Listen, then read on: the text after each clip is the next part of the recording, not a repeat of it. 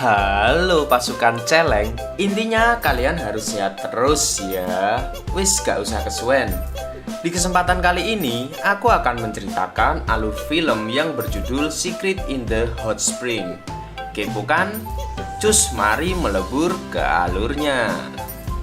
Sebelum film ini dimulai, terlihat seorang pria yang sedang menginap di sebuah hotel. Di sana dia akan membakar sebuah koran, tapi gas korek apinya habis. Karena hal itulah ia pergi ke sebuah dapur untuk mencari sebuah korek dan membawanya kembali ke kamar.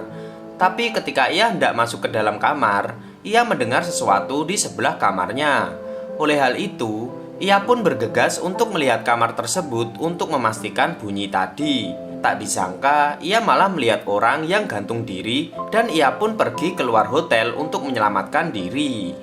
Adegan film pun berganti ketika seorang tokoh bernama Chin sedang bekerja paruh waktu di tempat hiburan rumah hantu.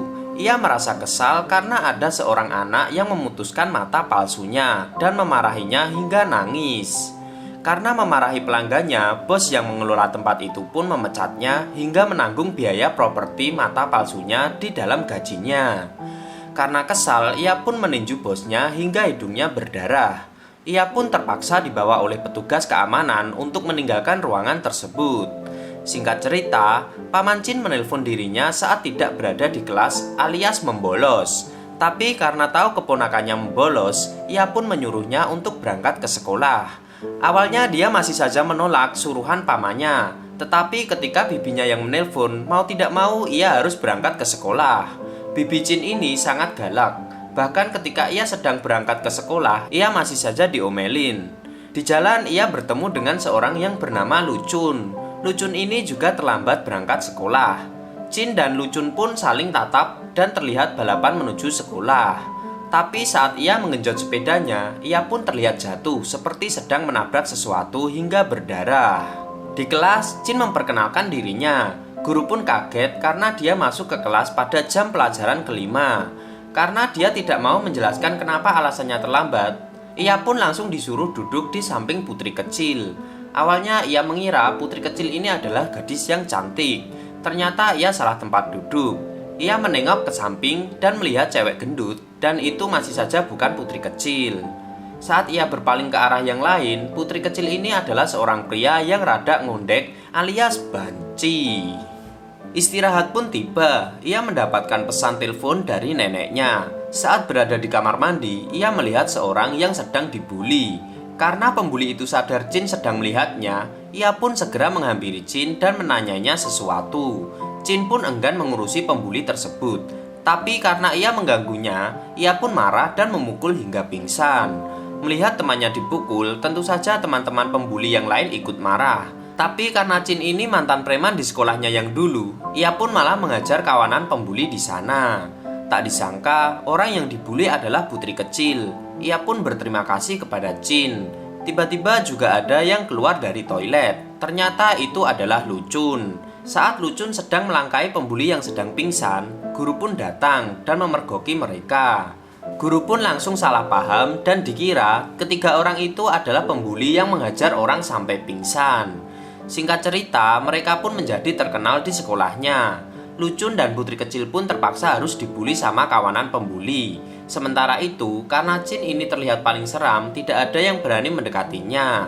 Mereka lebih suka meluapkan amarahnya ke Lucun dan putri kecil daripada harus dihajar oleh Chin. Saat Lucun ingin bunuh diri karena capek dibully, tiba-tiba saja pihak sekolah mengabari Chin dengan pengeras suara untuk membuka HP-nya.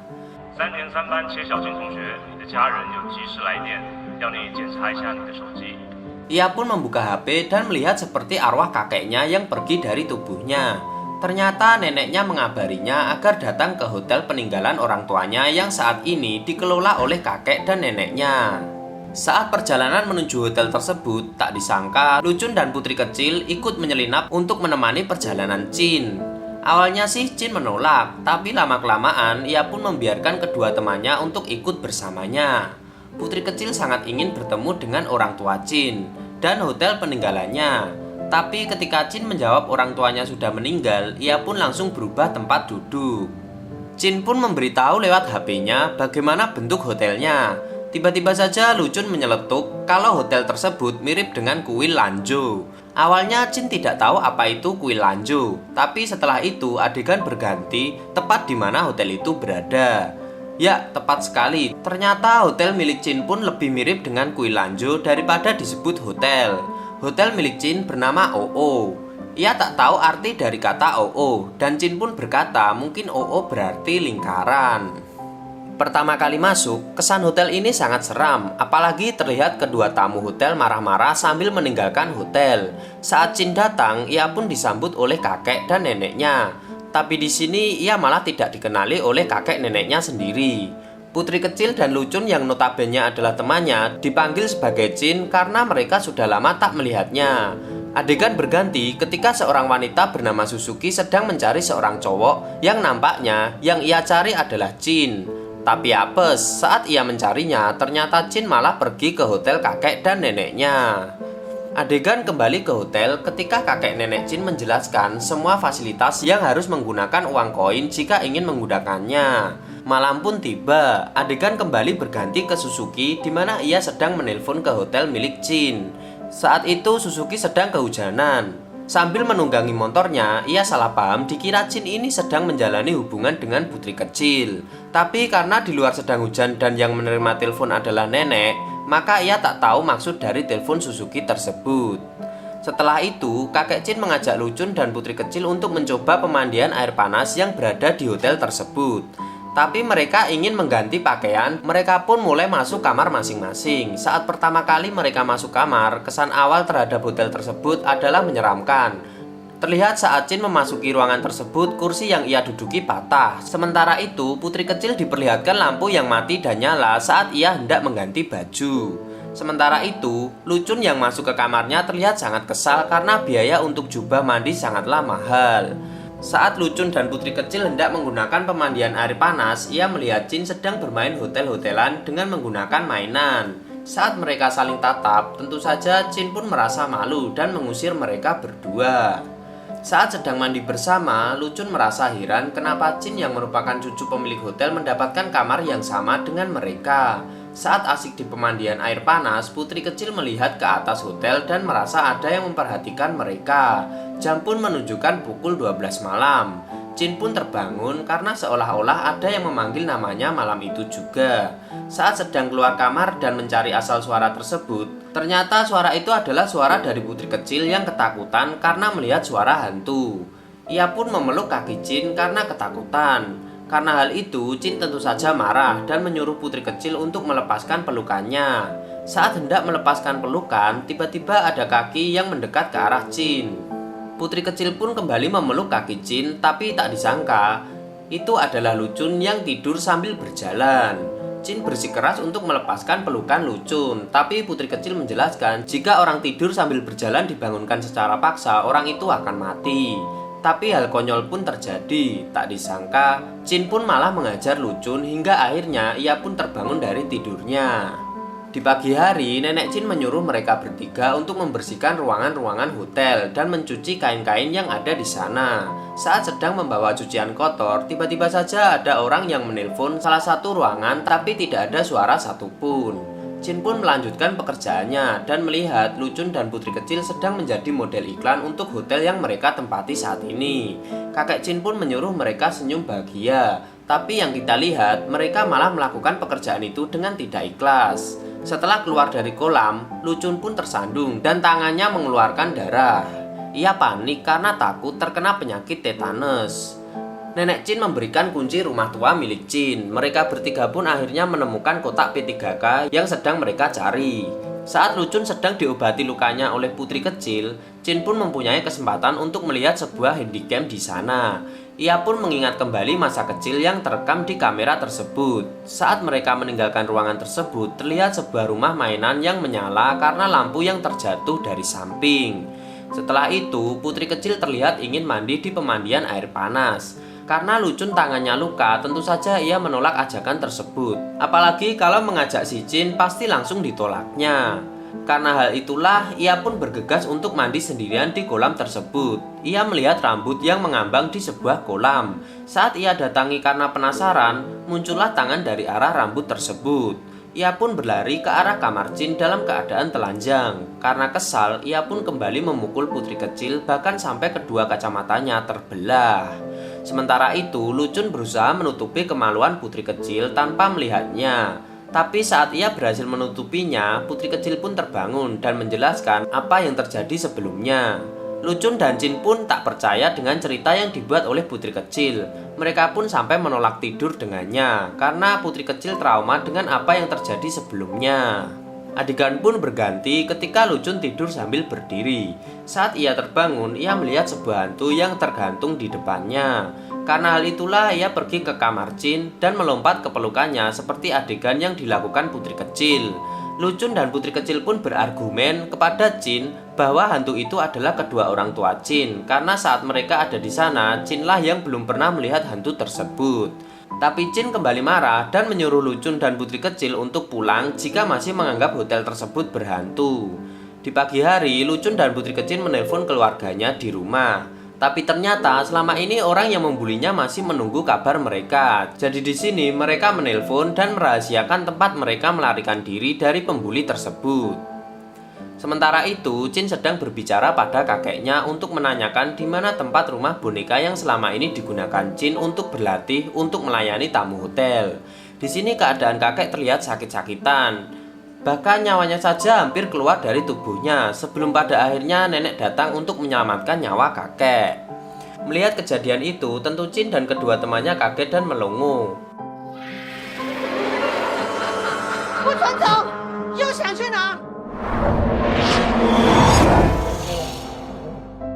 Di malam hari karena dilanda takut, Lucun dan putri kecil tidur sekamar dengan Jin. Karena merasa keganggu, Jin pun sampai tidak bisa tidur dibuatnya. Apalagi ditambah suara telepon pada malam hari tanpa ada suara apapun. Dan juga tingkah aneh Lucun dan putri kecil dari hari ke hari.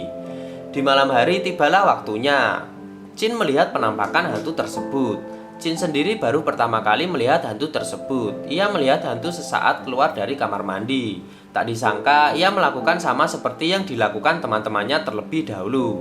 Ya benar, yaitu melompat ke arah temannya yang sedang bermain baju tidurnya. Tepat setelah melihat hantu, ia pun pergi ke kamar kakek dan menebak bahwa hantu tersebut adalah kakek dan nenek Jin.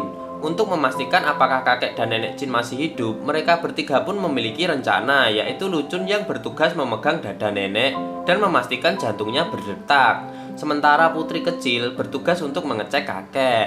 Tapi rencana mereka gagal dan ternyata jantung mereka masih berdetak dengan cepat. Mereka masih berpikir bagaimana caranya untuk mengusir hantu tersebut. Lucun pun mempunyai ide, yaitu dengan menandai wilayah tempat hantu itu keluar dengan keringat dari Lucun dan Jin. Kenapa putri kecil tidak dilibatkan di rencana mereka? Ternyata karena Lucun dan Jin ini masih menganggap putri kecil ini sangat letoy dan tidak mempunyai rasa jantan dan rasa percaya diri. Malam harinya, setelah menandai wilayah, ternyata mereka malah mendapatkan telepon oleh orang yang menangis. Mendengar telepon itu, tentu saja mereka takut dan bergegas untuk menemui kakek dan neneknya. Tak disangka, hantu itu muncul tepat di belakang kakek dan nenek Jin. Lucun mempunyai ide agar Jin mengutuk hantu tersebut. Tapi kata-kata yang dikeluarkan oleh Jin malah seperti sedang memaki-maki sang kakek dengan kata-kata kotornya. Mendengar perkataan Jin, tentu saja kakek kaget kenapa cucunya berbuat demikian. Sang kakek pun terkejut hingga pingsan. Jin pun malah memarahi kakeknya untuk segera berobat. Tapi sang kakek bersikeras tidak mau diobati dan beralasan pemandian air panas mereka bisa mengobati penyakit sang kakek. Setelah hal itu, sang kakek dan nenek ingin menyerahkan hotel tersebut kepada Jin yang merupakan sang pewaris sah hotel tersebut. Tapi karena Jin tidak ingin bertanggung jawab terhadap hotel tersebut, dan juga Lucun dan putri kecil yang saat ini dibully oleh teman-temannya. Setelah kejadian itu, mereka pun segera kabur untuk meninggalkan hotel berhantu tersebut. Tepat di malam hari saat berada di kolam, ia melihat sang kakek yang mengambang dan sang nenek yang ada di depan pintu. Ketiga orang tersebut pun takut dan menghajar kakek dan nenek yang mereka anggap sebagai hantu di hotel tersebut. Sekali lagi, nenek dan kakek bukanlah hantu. Terlihat bekas pukulan yang dilakukan Jin membekas di kepala sang kakek dan nenek. Saat mereka sedang dinasihati, datanglah seorang tamu, yaitu Suzuki. Ternyata kejadian menyeramkan yang terjadi baru-baru ini adalah ulahnya. Setelah itu Suzuki pergi meninggalkan mereka bertiga dan pergi ke kamar yang disiapkan kakek dan nenek. Suzuki merasa marah karena melihat Chin tidur. Teman-temannya terutama ia cemburu jika Chin terlibat hal-hal aneh bersama putri kecil. Terlebih ia juga melihat tangan Chin sedang dipegang oleh Lucun. Setelah itu adegan berubah ketika nenek dan kakek sedang merencanakan sesuatu, apalagi terlihat sebuah benang merah terjatuh di lantai. Adegan berganti di malam hari ketika Lucun dan putri kecil sedang berenang untuk hidroterapi. Lucun pun menyuruh Chin untuk berenang, tapi bukannya mau, ia malah menceritakan bahwa ibunya meninggal di mata air panas. Saat sedang bercerita, tiba-tiba Suzuki datang ke kolam laki-laki dan cerita dari Chin pun dilanjutkan. Ternyata sewaktu kecil ayah Chin meninggal karena penyakit jantung. Oleh karena itu ibunya pun depresi dan mulai mabuk-mabukan. Saat mau meninggal, ibunya terus mengatakan ayahnya tidak akan mati jika bukan karena hotel hantu tersebut. Bahkan di tempat ibunya mati terdapat foto pertama pembangunan hotel yang nampak di awal-awal film. Mendengar cerita dari Chin, putri kecil pun bercerita tentang orang yang selama ini membulinya. Sebenarnya ia dan pembuli itu dulunya adalah seorang teman. Walaupun ia dibully, putri kecil tetap ingin berteman dengannya karena di lubuk hatinya pasti masih ada keinginan untuk berteman. Ia pun menjelaskan kembali pada Chin bahwa jika orang tuanya melihat dirinya seperti ini dan tidak mau mengurus hotel, maka orang tuanya akan kecewa dengannya. Saat selesai mandi, Lucun dan putri kecil bergegas untuk menuju kamarnya. Tapi saat mereka sedang menaiki tangga, bau yang sangat menyengat tiba-tiba masuk di hidung mereka. Chin pun datang untuk menenangkan mereka dan mulai memantau kamar dengan cara memfoto satu persatu. Lucun pun berteriak karena foto itu terlihat menyeramkan.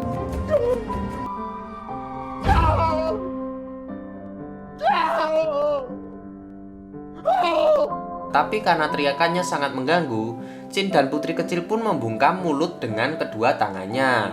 Saat menelusuri hotel, mereka dibantu Suzuki dan tidak menemukan kakek dan nenek yang pergi entah kemana. Oleh karena itu, Chin mempunyai ide untuk menaburi lantai dengan tepung jika ada seseorang atau hantu yang tiba-tiba saja datang ke tempat tersebut. Saat berada di ruangan resepsionis, tiba-tiba saja hantu muncul ketika Lucun sedang menutup jendela ruangan tersebut.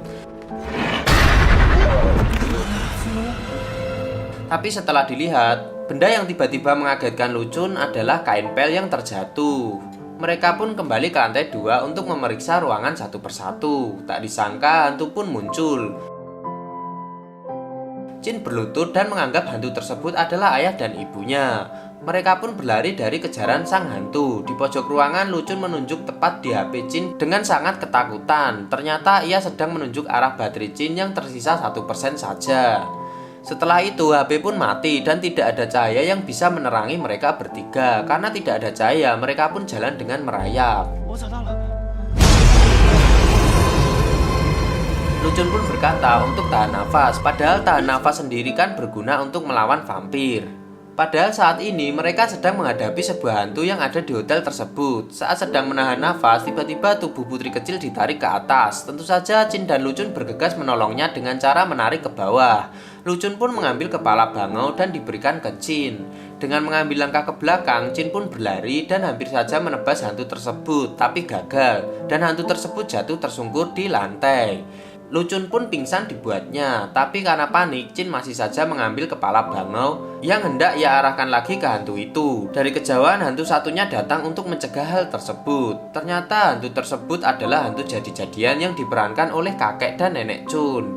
Ternyata ide bisnis hotel tersebut adalah hotel berhantu yang sebenarnya dicetuskan Chin dan kedua orang tuanya. Namun karena Chin masih kecil dan sudah lupa, maka kakek dan neneknya lah yang menggantikan orang tua Chin sekarang. Setelah itu, Chin kembali ke hotel tersebut dan mengenang buku yang pernah ia buat. Bahkan setelah itu, nampak ia berterima kasih kepada ayah dan ibunya karena telah datang di hotel yang saat ini Chin akan kelola. Setelah kejadian itu, Chin pun mengajak teman-temannya untuk berkunjung di hotel yang saat ini ia kelola dibantu oleh Lucun dan putri kecil. Lucun dan putri kecil pun akhirnya berteman dan mereka bebas dari pembulian karena telah mengajak dan membiayai mereka untuk datang ke hotel milik Chin. Paman dan bibi Chin pun datang dan mencari kakek dan nenek Chin. Dan ternyata nenek dan kakek Chin masih mempunyai tugas yang sama, yaitu menjadi hantu di hotel tersebut. Dan film pun tamat.